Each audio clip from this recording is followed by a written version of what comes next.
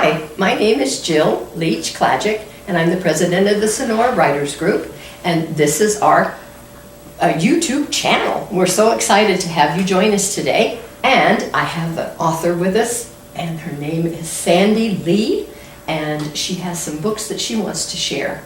Hi, Sandy. Hi, Jill. And welcome. Thank you for having me. You're welcome.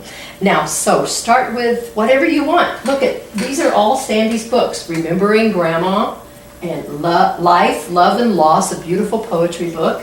And her children's book, Hermie the Bug. It's really, really cute for children.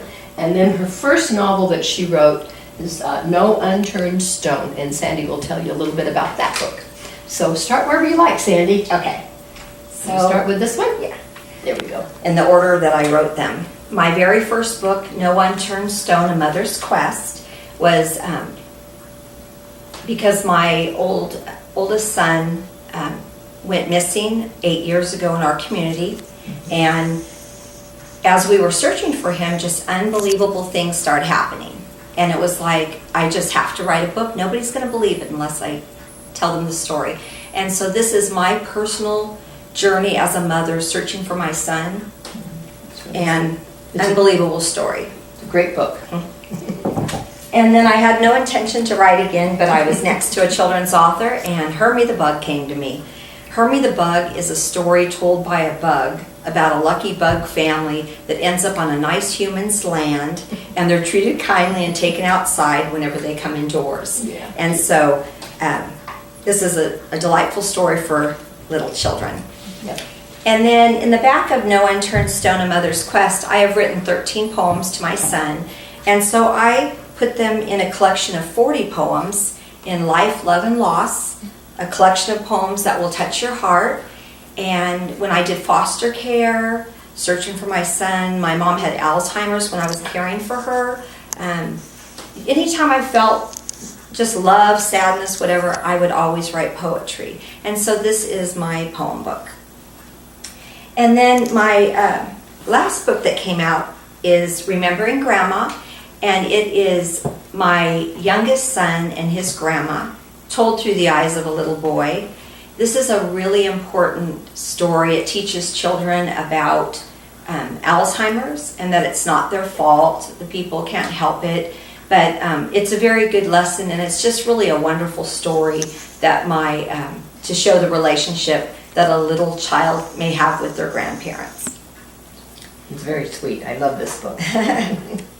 And then my most recent one, which will be out soon, is called My Heart Remembers. It is moments with my mom who had Alzheimer's for 15 years.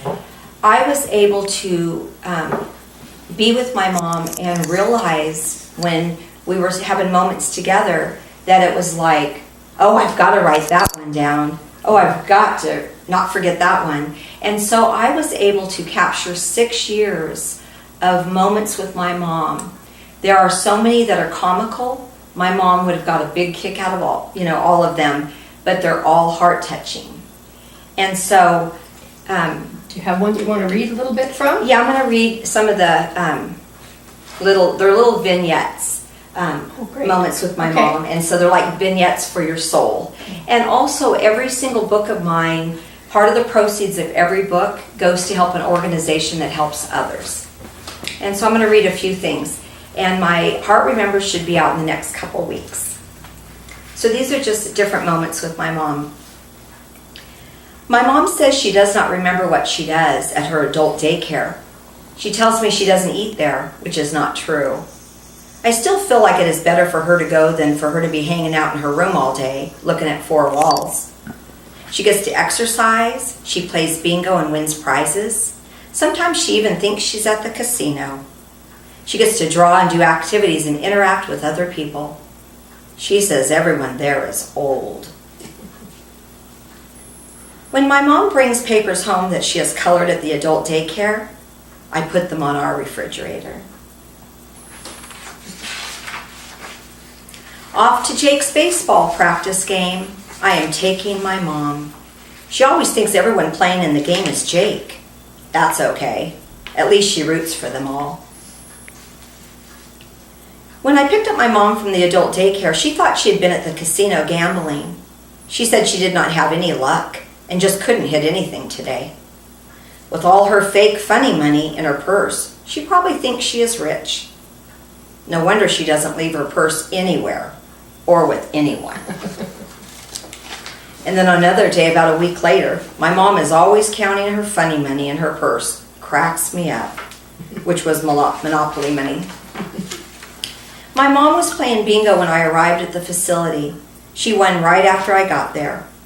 As soon as I sat down beside her to watch her play, she put her hand on my leg as a sweet gesture, telling me she was happy I was there. I loved that moment in time. It is so hard to explain to my mom why she shouldn't throw paper out of the car window while we are driving on the freeway. It's not good when she does that. I asked my mom how old she thought I was going to be in a few days. She said, questioning, about 100 years old? She even said it twice. She thinks she is close to 200 years old. We are all cracking up, including her. We are making fun memories. And the last one I want to read. I don't think my mom remembers exactly who I am, but I know who she is. She's my mother, and that's all that matters to me. Oh, that's sweet. And so my heart remembers reading this. You will smile, you will laugh, you may tear up, you may cry, but you're really going to love this book.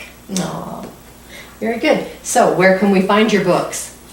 Off of Amazon, or at Mountain Bookshop in Sonora, Okay, or at amothersquest.com. very good. Thank you, Sandy. Thank you so much.